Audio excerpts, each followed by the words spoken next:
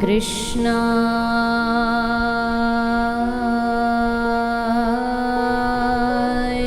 नमः।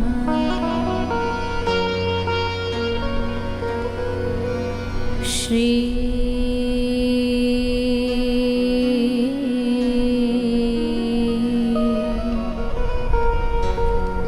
गुरुवे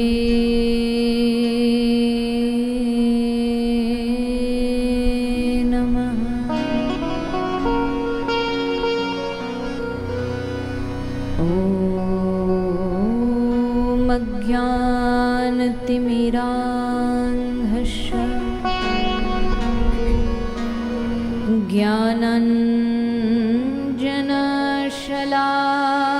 ज्ञानाञ्जनशलाकया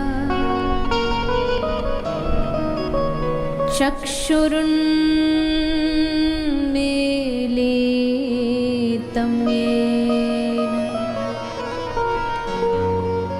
तस्मै श्री गुरवे नमः। तप्तकाञ्चन गौराङ्गी श्रीराधा वृन्दावनेश्वरी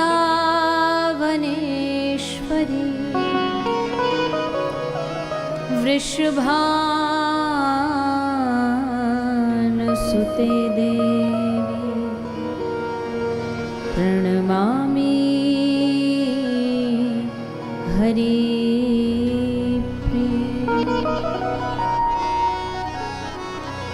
हे कृष्ण करुणा सिंधु दीनबंधो जगत्पते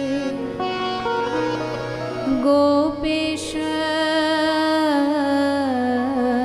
गोपिकाकान्त राधाकान्त नमोस्तुते। श्री कृष्ण चैतन्य प्रभु नित्यानंद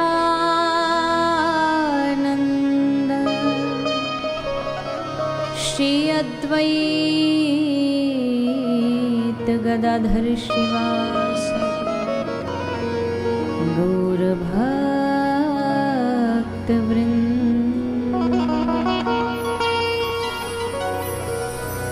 हरे कृष्णा कृष्णा कृष्णा हरे हरे हरे राम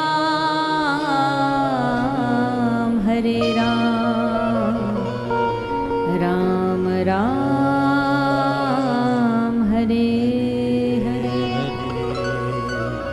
हरे कृष्णा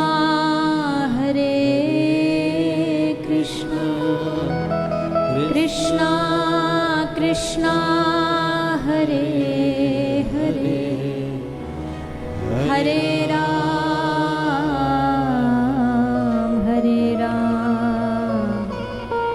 राम राम हरे हरे।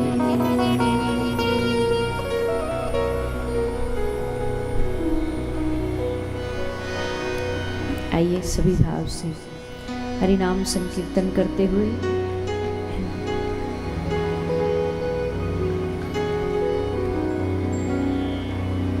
हरे कृष्णा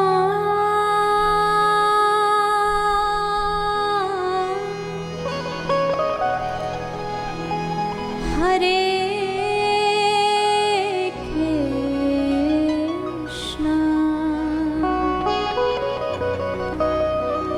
कृष्णा कृष्णा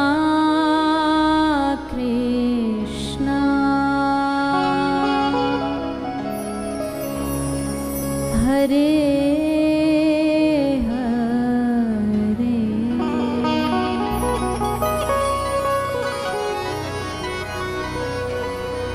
हरे राम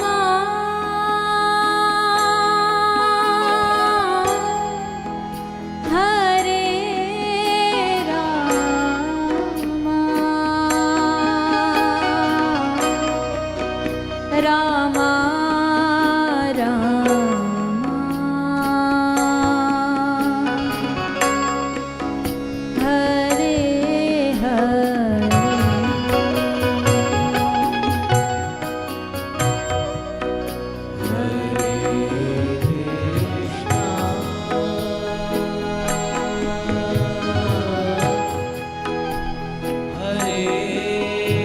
Krishna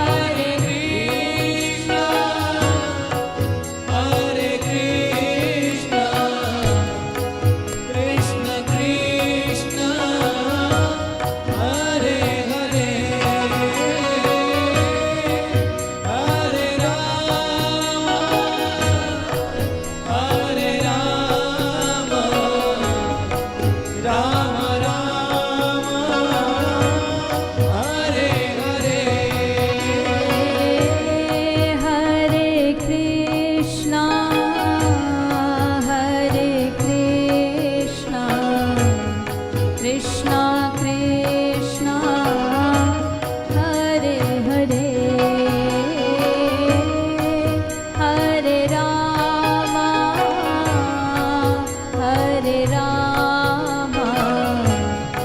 राम राम हरे हरे हरे कृष्णा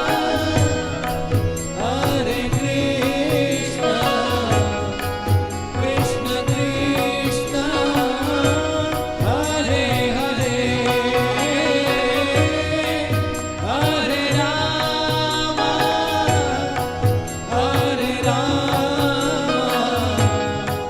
राम राम हरे हरे हरे कृष्णा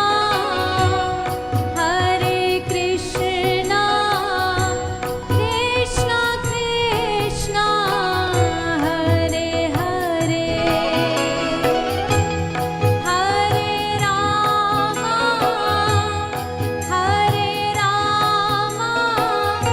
राम राम हरे हरे हरे कृष्ण कृष्ण कृष्ण हरे हरे हरे राम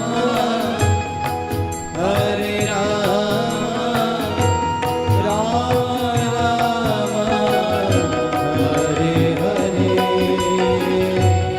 हरे कृष्णा कृष्णा कृष्णा हरे हरे हरे राम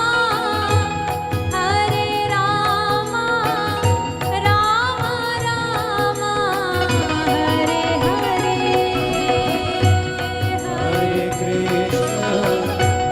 हरे कृष्ण कृष्ण कृष्ण हरे हरे सभी भाव से तालियों की सेवा करते हैं।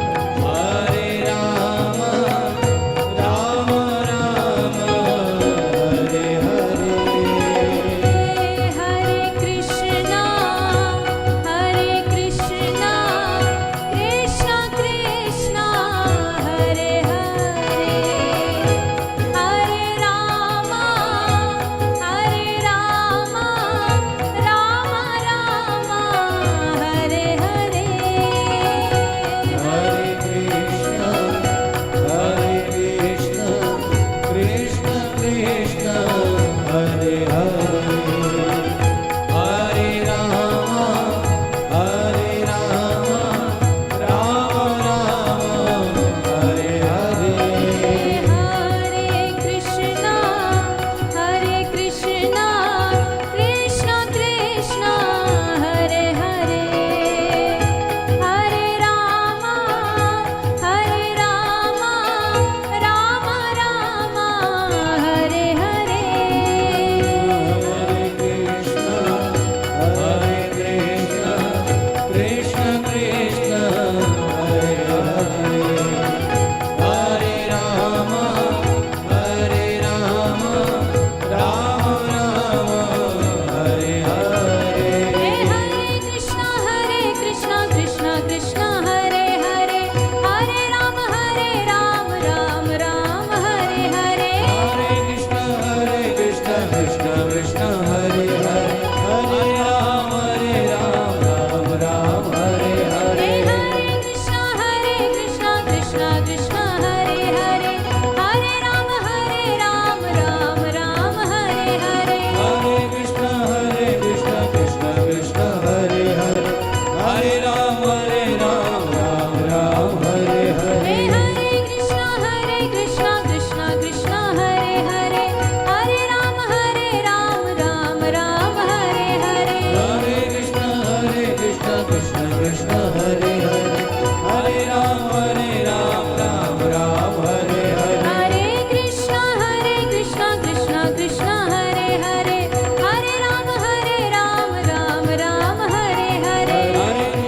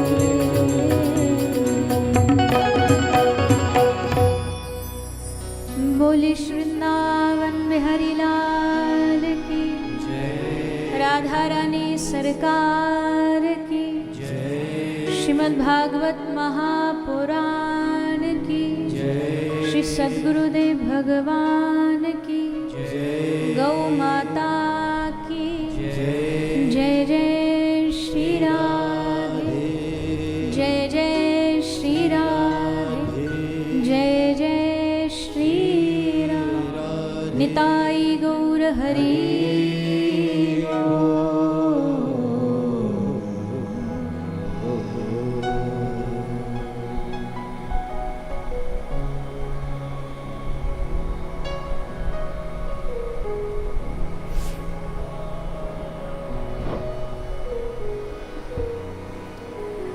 आइए चित सार सिंधु सर्वस्व भगवान श्री राधे गोविंद के चरण कमलों का ध्यान करते हुए सभी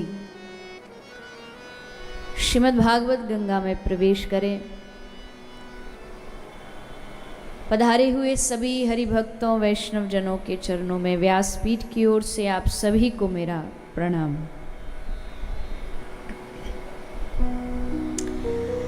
आज हम सभी कथा के तृतीय दिवस में प्रवेश करते हुए भगवान की वांग्मयी मूर्ति श्रीमद् भागवत कथा का श्रवण इस दरभंगा की धरती पर कर रहे हैं।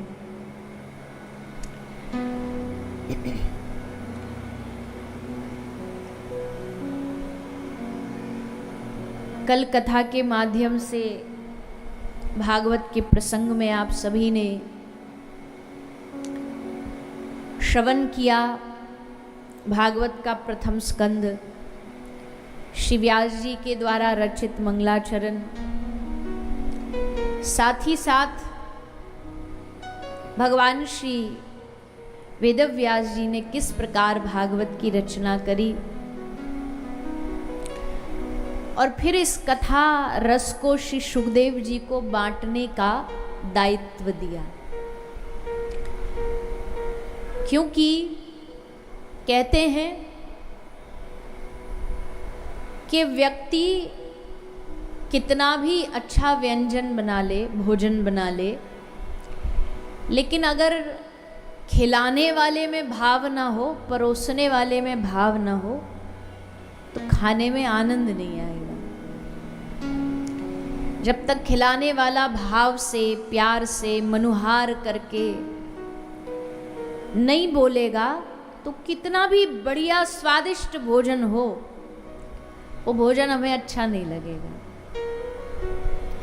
तो परोसने वाले पर भी एक बहुत बड़ी जिम्मेदारी होती है।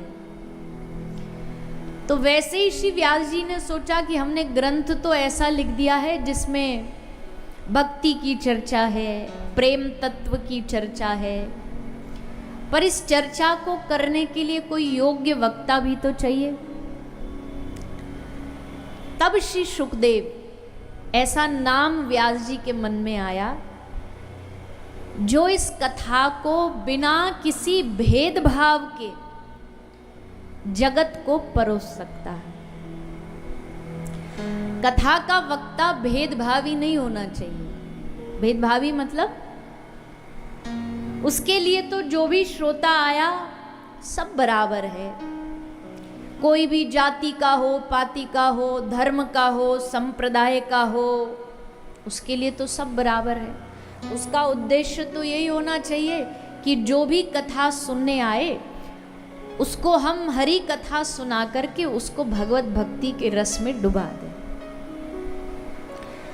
क्या फर्क पड़ता है कि सामने कौन धर्म, कौन संप्रदाय बैठा है, कौन जाति पाति बैठी है, कौन ऊंच नीच बैठा है। हरि को भजे सो हरि का होय। जो भगवान को भजले वो भगवान का जन बन जाता है। तो आप सब भी यहाँ भगवान की कथा श्रवण करने आए तो आप सब भगवान के जन हैं, वैष्णव हैं। और जब भक्त वैष्णव इकट्ठा होते हैं तब भगवान की चर्चा का, भागवत गंगा का, सत्संग की गंगा का प्रागट्य होता है। तो इसलिए सुखदेव जी को ये दायित्व दिया गया। ये भेदभाव क्या करते किसी में, कौन राजा कौन रंक किनके सामने। अरे ये तो वो सुख हैं जिनको नारी और पुरुष का भी भेद नहीं पता। सामने नारी है कि पुरुष है, कोई भेद अंतर नहीं जानते। क्यों? क्योंकि ये देह से परे है। बस इनका उद्देश्य है भगवान की कथा में डूबे रहना और भगवान की कथा सुनाते रहना। तो आज ये राजा परीक्षित को कथा सुनाने आए। बोले राजा को कथा सुनाने आए तो इसका मतलब तो ये है कि ये भी बड़े बड़े लोगों को ही कथा सुनाते। बोले देखो सुखदेव जी को कोई भेद नहीं कि कौन राजा बैठा है कौन वहां गृहस्थी बैठा है। एक राजा बैठा इसलिए कथा सुनाने नहीं आए, उल्टा इन्होंने तो मना और कर दिया कि हम नहीं जाने वाले किसी को कथा वथा सुनाने। नारद जी ने आकर के इनसे कहा प्रभु गंगा के तट पे एक राजा बैठा है परीक्षित, 7 दिन में उसकी मृत्यु, आप चलो कथा सुनाओ। सुखदेव जी ने कहा हम किसी से कोई लोभ लालच थोड़ी है कि हम राजा को जाके कथा सुनाएंगे। तब नारद जी ने कहा ये ऐसे तो बात बनेगी नहीं, थोड़ा बात को बदल करके प्रस्तुत करना पड़ेगा। तो देवर्षि नारद जी ने कहा कि हाँ हाँ प्रभु हम भी कहते हैं कोई राजा होगा तो अपने लिए होगा, पर हम एक बात बताइए, एक अंधा आदमी कुएं की ओर बढ़ रहा है और उसी कुएं पे एक आंख वाला आदमी बैठा है और वो देख रहा है कि अंधा आदमी थोड़ी देर बाद अगर बढ़ता बढ़ता रहा तो कुएं में गिर जाएगा। तो उस आंख वाले व्यक्ति का क्या कर्तव्य है, उसे रोकना चाहिए कि नहीं रोकना चाहिए? तो सुखदेव जी बोले बिल्कुल रोकना चाहिए। अरे भगवान ने उसको आंखें दी है, नेत्र दी, दृष्टि दी, तो किसी को बचाना चाहिए।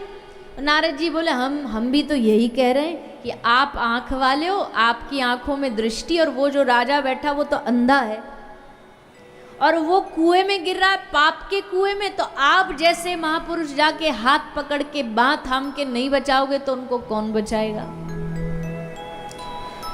तो सुखदेव जी बोले वाह नारद जी, अपनी बात मनवाने में आप बड़े चतुर हो। कहाँ से ढूंढ लाए बात को कि हम मना ना कर पाए। चलो, और तब सुखदेव जी आए राजा परीक्षित को कथा सुनाने। और जैसे श्री सुखदेव मुनि का आगमन हुआ, परीक्षित जी ने देखा कि गंगा के तट पर सब महापुरुष तो बैठे ही हैं, पर सामने से 16 वर्षीय श्री सुखदेव जी पधार रहे कथा सुनाने के लिए।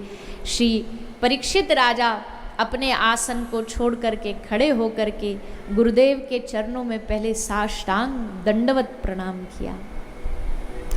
आहा, हमारे जीवन में कभी कोई ऐसा साधु आ जाए ना, ऐसा कोई गुरु रूप में संत आ जाए, तो समझ लेना कि तुम्हें दुनिया का सबसे बड़ा खजाना मिल गया।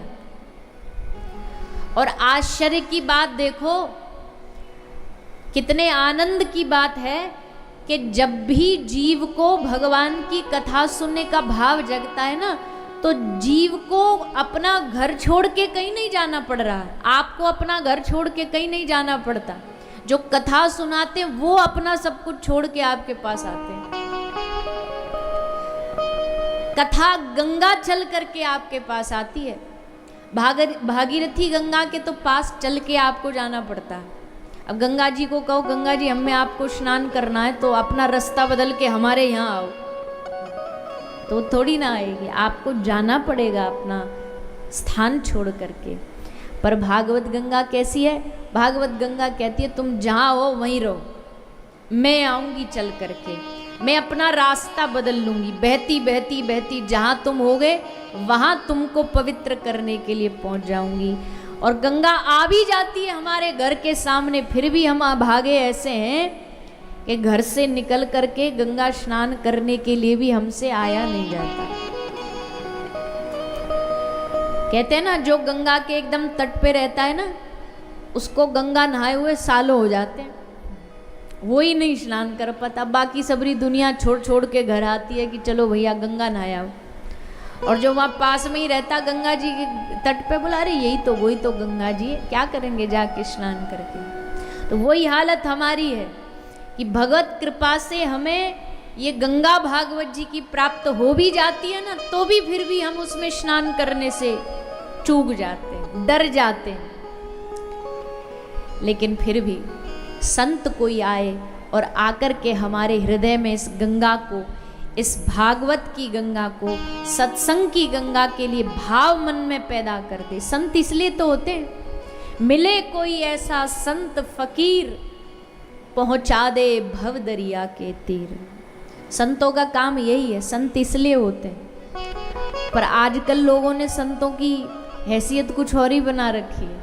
एक महाराज जी कई कथा में बोल रहे थे, बोले पहले तो संतों का काम होता था भगवान से मिलवाना, आजकल संतों की उपयोगिता क्या है? संतों का उपयोग कहाँ करते हैं लोग? कोई बच्चा रो रहा हो तो बच्चे को क्या बोलेंगे? बेटा सो जा, नहीं बाबा आ जाएगा, दाढ़ी वाला बाबा आ जाएगा। पहले के जमानों में संतों की उपयोगिता थी कि भैया साधु आएगा घर में। आजकल बच्चों को क्या सिखा रहे हैं? बोले बच्चे सो जा, नहीं दाढ़ी वाला बाबा पकड़ ले जाएगा। और फिर यहाँ तक भी ठीक है, महात्मा जी बोले कि अब तो और भी हद कर देते हैं कई लोग। बोले बेटा चुप हो जा, नहीं तो बाबा खा जाएगा। बाबा कोई बच्चे खाते हैं? पर हमने साधु बाबाओं का भी ऐसा हाल बना रखा है। एक बोला महाराज जी अपनी फोटो दे दो। महाराज जी बोले क्यों, क्या करेगा? कोई घर में लगवाने के लिए, किसके लिए चाहिए? बोले बाबा जी घर में फोटो लगाएंगे, घर में भी लगाएंगे, दुकान में भी लगाएंगे। दुकान में किस लिए लगाएगा? बोले दुकान में इसलिए लगाएंगे, ग्राहक आते हैं, ग्राहक पूछते हैं कितने का रुपया का सामान दिया। अब तो महाराज जी आप तो को तो पता ही है, अब व्यवसाय में थोड़ा ऊंच नीच तो झूठ बोलना ही पड़ता है। तो ऊंच नीच झूठ बोलेंगे तो वो मानते नहीं है, तो फिर हमको उनको सिद्ध करने के लिए, साबित करने के लिए कसम खानी पड़ती है। तो आप वहां रहोगे तो हम कहेंगे गुरु जी की कसम, उसके लिए आपकी फोटो चाहिए। गुरु जी बोले वाह रे चेला, कलयुग के आदमी, तूने ना संतों को छोड़ा ना तूने गुरुओं को छोड़ा। संत का काम है हमारे हृदय में भगवत भक्ति की ज्योति को जलाना। इसलिए साधु होते हैं, इसलिए संत होते हैं, इसलिए गुरु होते हैं। गुरु रूप में शुक का आना हुआ। और शुकदेव जी कौन है? त्याग का प्रतीक है। त्याग भी दो तरह का होता है। एक तो त्याग वो होता है जिसको त्यागने के बाद आदमी दिन भर गाता है, हमने ये त्याग दिया, हमने वो त्याग दिया, हमने घर त्याग दिया, हमने ये खाना पीना गलत त्याग दिया, नशा त्याग दिया। जिसमें याद रहे वो त्याग नहीं है। असली त्याग क्या होता है? बोले त्याग भी हो जाए और उसका भान भी ना रहे, उसका अभिमान भी ना रहे, उसको असल त्याग कहते हैं। पर आज के जमाने में त्याग होगा इतना सा, पर उसका अभिमान कई गुना बढ़ करके होता। आदमी एक प्याज लहसुन भी त्याग देना तो उसमें भी इतना घमंड में चलता कि हम ये नहीं खाते। नहीं खाते बहुत अच्छी बात है, नहीं खाना चाहिए, तामसिक आहार नहीं खाना चाहिए, पर उस त्यागने का भी अगर अभी अभिमान है, मान है, याद है, तो मतलब वो त्याग नहीं। और त्याग और वैराग्य में यही फर्क होता है। त्याग वो होता है जो जबरदस्ती करना पड़ता है, और वैराग्य वो होता है जो अपने आप छूट जाता है, छोड़ना नहीं पड़ता, अपने आप मन में आ जाता है, अरे ना ये बढ़िया नहीं, छोड़ो इसे, उसको वैराग्य कहते हैं। इसलिए भक्ति त्यागी नहीं बनाती है, भागवत त्यागी नहीं बनाती है, भागवत वैराग्य देती है। भक्ति, ज्ञान और वैराग्य। जब आपको किसी चीज के हानि लाभ पता चल जाए तो अपने आप ही आपके मन में उसका प्रॉफिट लॉस, नुकसान, वो सब पता लग जाता है। तो भागवत हमें बताती है कि इस चीज में लाभ है और इस चीज में हानि है, और जब पता लग जाए इसमें हानि है तो अपने आप ही उससे दूर रहने का मन करता है। हमें कोई चीज की पता लग जाए कि हमारे लिए बढ़िया नहीं है, तो अब उसके लिए बढ़िया नहीं है ये बात समझने में समय लगेगा, पर जिस दिन ये पता लग जाए बढ़िया नहीं है उस दिन फिर अपने आप मन में वैराग आ जाए। समझ से वैराग आता है, कोई कह दे उससे नहीं आता है, उससे त्याग भी नहीं पैदा होता। अब कोई व्यक्ति गंदा कोई आहार खाता, तम्बाकू खाता, अब त्यागने के लिए तो सरकार ने उसके पैकेट पर लिख दिया कि इसको खाने से कैंसर होता है। अब बताओ, इससे बड़ी बात कोई क्या बता सकता है? किसको खाने से शरीर में इतना भयानक रोग होता, पर फिर भी छोड़ते हैं लोग। उल्टा वो कहते हैं कि कोई लेकर के आया पैकेट, उस पे लिखा था कि इसको खाने से खांसी होती है, तो वापस भगा भगा दुकान पे गया और जाकर के दुकान वाले भैया को बोला, भैया तुमने नकली वाली दे दी मुझे, वो वाली दो ना जिस पे लिखा होता है इसको खाने से कैंसर होता, वो होती है असली वाली। ऐसा मन में समझदारी का भाव नहीं जब तक आएगा, तो कोई कितना भी तुमको उसके हानि बता दे, पहले उसको समझना पड़ेगा, तब वो त्यागे, तब वो छूटेगी हाथ से, तब उसका त्याग होगा। इसलिए भागवत वैराग्य देने वाली है, भागवत हमारे हृदय में वैराग को प्रकट करने वाली है। ऐसी श्रीमद् भागवत श्री सुखदेव जी महाराज राजा परीक्षित को गंगा के तट पर सुनाने के लिए पधारे हैं। परीक्षित राजा अपने आसन से खड़े हो गए, हाथ जोड़ करके भगवान का स्वागत अभिनंदन किया। देखो, जीवन में कितना भी जरूरी काम कर रहे हो, यहाँ तक कि पूजा पर ही क्यों ना बैठे हो, पर अगर दरवाजे पर कोई साधु आ जाए ना, तो उसी समय उस कार्य को रोक करके संत को प्रणाम और स्वागत करने जाना चाहिए। ये नहीं, कई लोग, कोई गुरु भी आ जाए, संत भी आ जाए, तो उनको दिखाते हैं कि देखो हम भजन कर रहे हैं, माला कर रहे हैं, इसलिए उसी में लगे रहें, उसी में लगे रख के ये दिखाना चाहते हैं कि देखो हमारे भीतर कितना भाव है, कितनी भक्ति है। अरे भैया, तुम्हारे दरवाजे पर कोई साधु आया, संत आया, और तुम पूजा भी कर रहे हो ना, और साधु आ गया, तो समझ लेना कि जो अभी अभी तुमने माला करी ना, उसका परिणाम खुद चल कर के संत के रूप में तुम्हारे पास आया है। खुद साधु चल कर के आया है तुम्हारे भजन, तुम्हारी माला के प्रताप से। इसलिए जरा भी देर नहीं करनी चाहिए, तुरंत जाकर के साधु को प्रणाम करना चाहिए। तो राजा परीक्षित ने श्री सुखदेव जी महाराज को प्रणाम करके आसन पर विराजमान किया। श्री सुखदेव जी महाराज विराज गए, और तब राजा परीक्षित ने प्रश्न किया। क्या पूछा? अतः पृच्छामि संसिद्धिं योगिनां परमं गुरुं पुरुषस्य यत् कार्यं म्रियमाणस्य सर्वथा।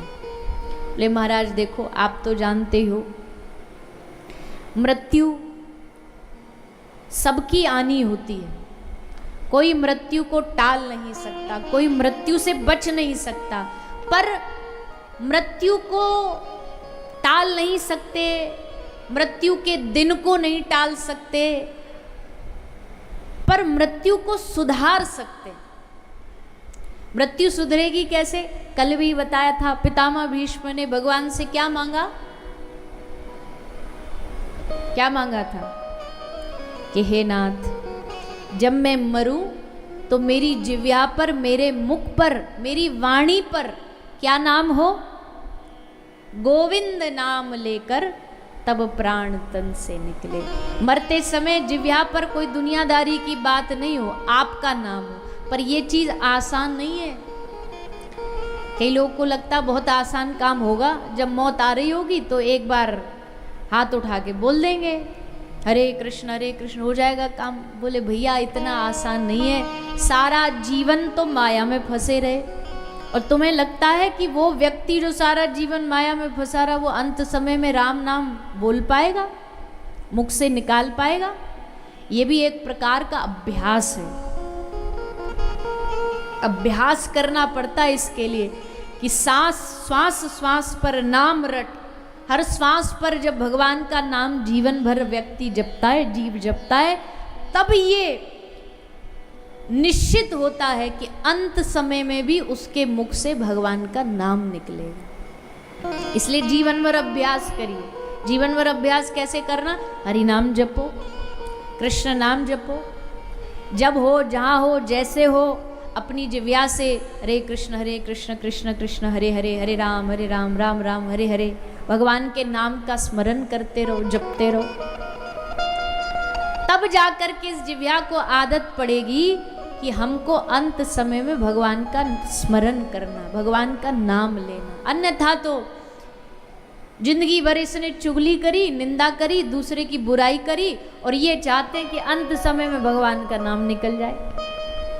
ये संभव नहीं है। इसलिए राजा परीक्षित कह रहे हैं, नाथ, हे प्रभु, मैं ये नहीं चाहता कि मेरी मृत्यु टल जाए। वो तो कल नहीं, कल टालेंगे परसों आ जाएगी, परसों टालेंगे फिर 1 वर्ष बाद आ जाएगी, आनी तो है ही ना। तो फिर कुछ ऐसा उपाय बताइए जिससे मृत्यु से पहले ही अपने जीवन को ऐसा बना ले कि हम भगवान के योग्य बन जाएं। मन को ऐसा बना ले कि भगवान के चरणों में समर्पित करने योग्य मन बन जाए। अभी मन कैसा है? बोले अभी तो मन में बहुत सारे दाग धब्बे लगे हैं।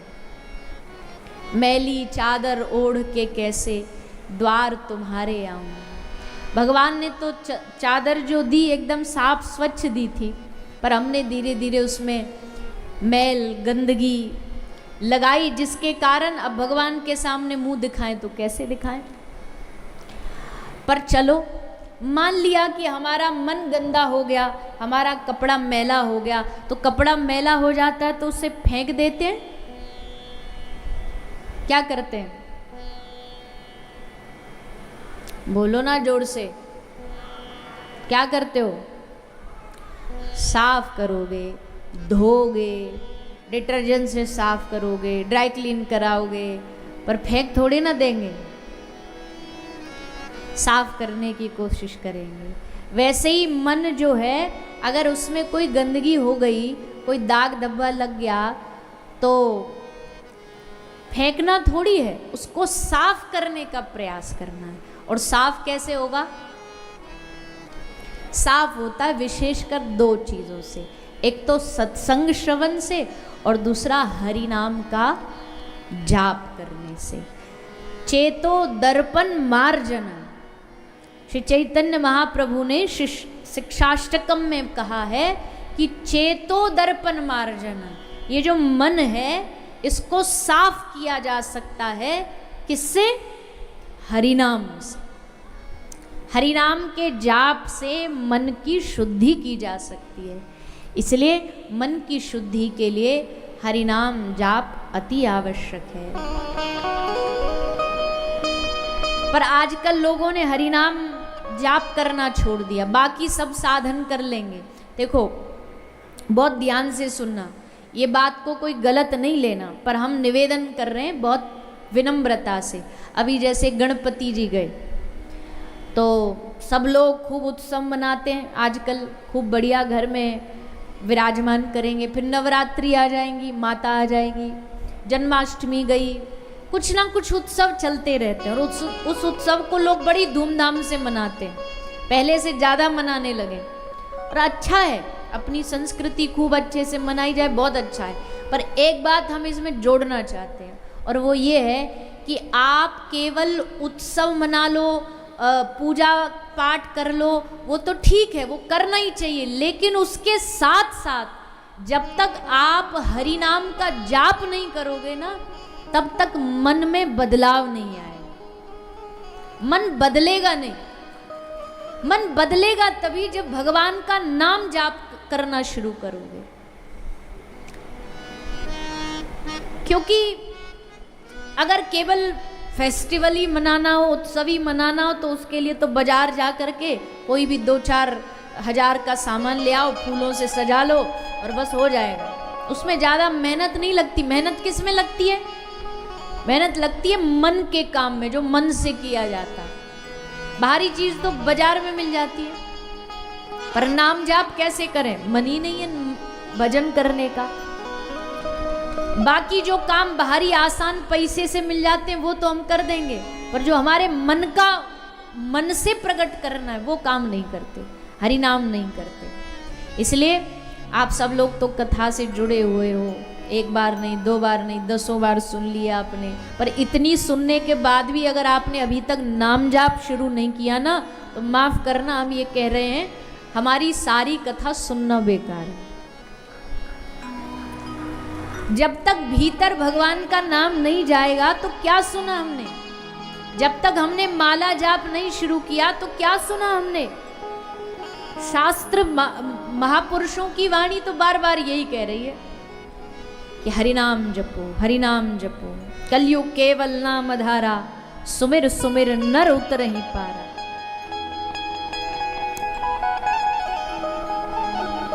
जिव्या को आराम की आदत हो गई है। ये जिव्या जो है इसको आराम की आदत हो गई है, बस पड़ी रहती है, आराम विश्राम मुद्रा में पड़ी रहती है।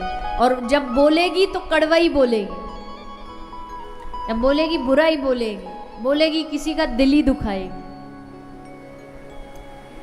इससे बढ़िया है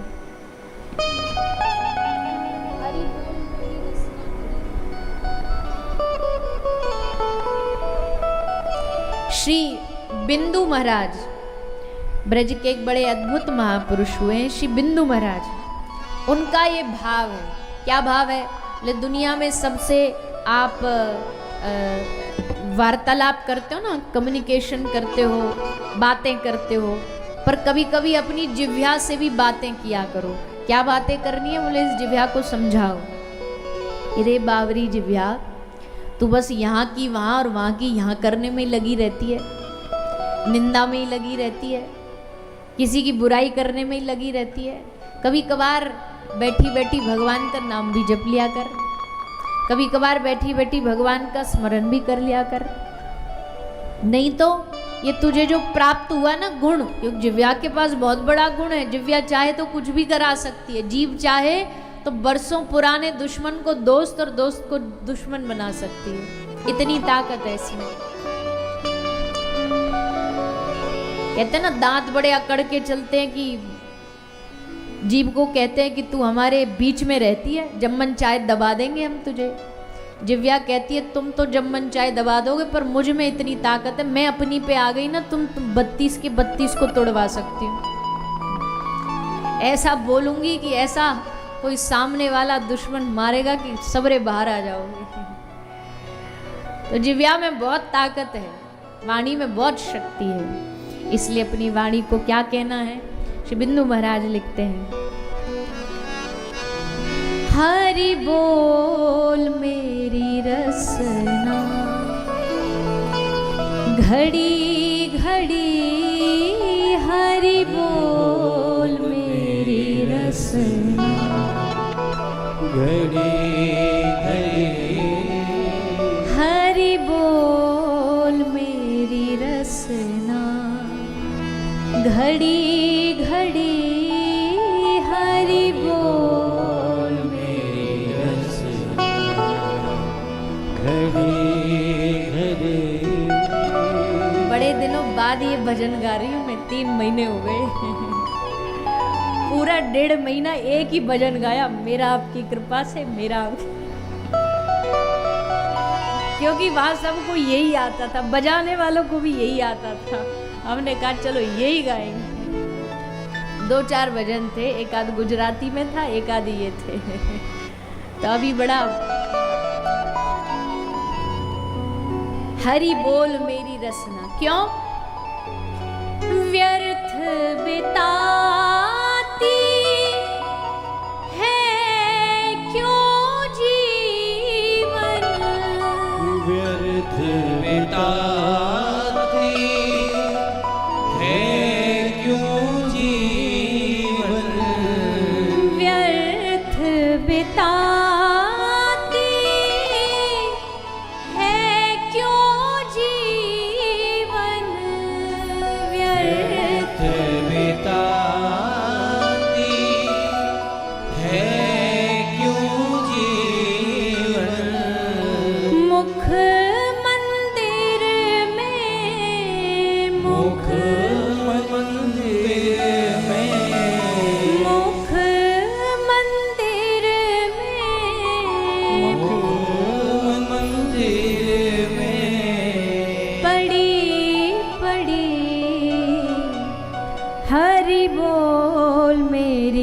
रसना, घड़ी घड़ी हरि बोल मेरी रसना। गाइए सभी भाव से, हरि बोल मेरी रसना, घड़ी घड़ी हरि बोल मेरी रसना, घड़ी घड़ी व्यर्थ बिताती है क्यों जीवन, व्यर्थ बिताती है क्यों जीवन, व्यर्थ बिताती है क्यों जीवन, व्यर्थ बिताती है क्यों जीवन। मुख मंदिर में, मुख मंदिर में, मुख मंदिर में, मुख मंदिर में, पड़ी पड़ी हरि बोल मेरी रसना, घड़ी घड़ी हरि बोल मेरी रसना, घड़ी घड़ी हरि बोल मेरी रसना, घड़ी घड़ी हरि बोल मेरी रसना। सभी भाव से दोनों हाथ उठा के तालियों की सेवा करते हैं।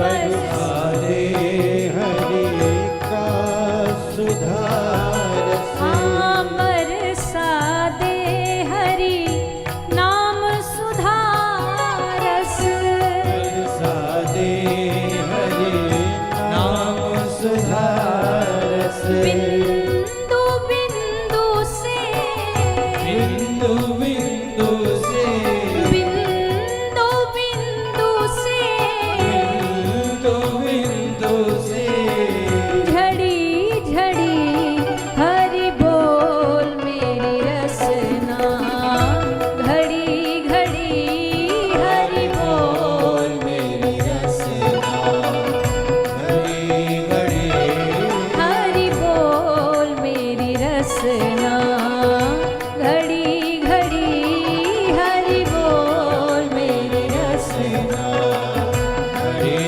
घड़ी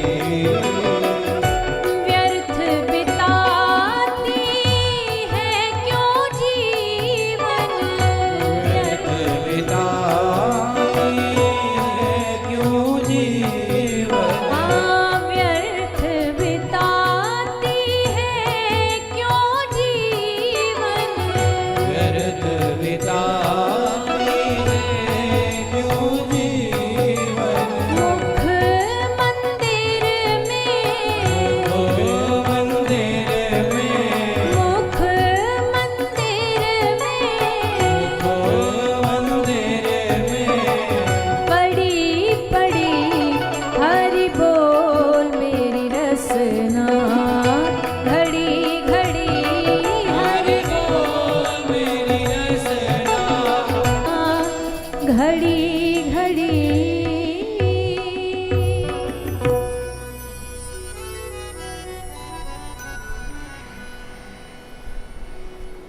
व्यर्थ बिताती है क्यों जीवन मुख मंदिर में पड़ी पड़ी नित्य निकाल राम नाम धुन श्वास श्वास पर लड़ी लड़ी। ये अपनी जिव्या को समझा रहे हैं शुभिंदु महाराज, अपनी को क्या हम सबको शिक्षा दे रहे हैं कि ये मांगिए या ये समझाइए अपनी जिव्या को कि तू अपना सारा जीवन ऐसे ही खराब करती जा रही है, थोड़ा कुछ कमा भी ले, कुछ अच्छा भी बोल ले, कुछ बढ़िया भी कह दे, कुछ भगवान का नाम सुमिरन कर ले। इसलिए वाणी गुणानुकथने श्रवणो कथायाम, इस वाणी का लाभ तभी है जब ये वाणी भगवान का नाम बोले। बाकी तो सब जितने भी शब्द बोलती है ना, ये व्यर्थ ही बोलती है, कौन सा काम आने वाले बताइए। दिन में गिन के देखिए कितने ऐसे शब्द होंगे जो हमारे काम आएंगे। जितने भी शब्द बोलती है ये जिव्या सब व्यर्थ जा रहे हैं, सब बेकार जा रहे हैं। पर जब ये जिव्या 2-5 मिनट बैठ करके राम राम बोलती है, कृष्ण बोलती है, राधा नाम बोलती है, तब जा करके इस जिव्या को कुछ गुण प्राप्त होता है, कुछ लाभ प्राप्त होता है। इसलिए अपनी जिह्वा से हरिनाम जाप करो, सब करो। जो भी कथा सुनने आए, पहली बार आए वो भी करो, और जो 10 बार से सुन रहे वो भी करो। इसलिए करो क्योंकि कथा का लाभ तभी है जब आप सब इसका परिणाम जानो, आप सब इसका लाभ जानो। और लाभ यही है कि इसलिए सत्संग सुनाया जाता है कि भगवान के नाम में रुचि हो जाए। अब आप बरसों से सुन रहे हो पर अभी तक आपकी जिह्वा ने आदत नहीं डाली कि भगवान का नाम जाप करना है, तो इसका मतलब अभी सुनने में कहीं कमी है, सुनने में अभी कहीं गड़बड़ है। इसलिए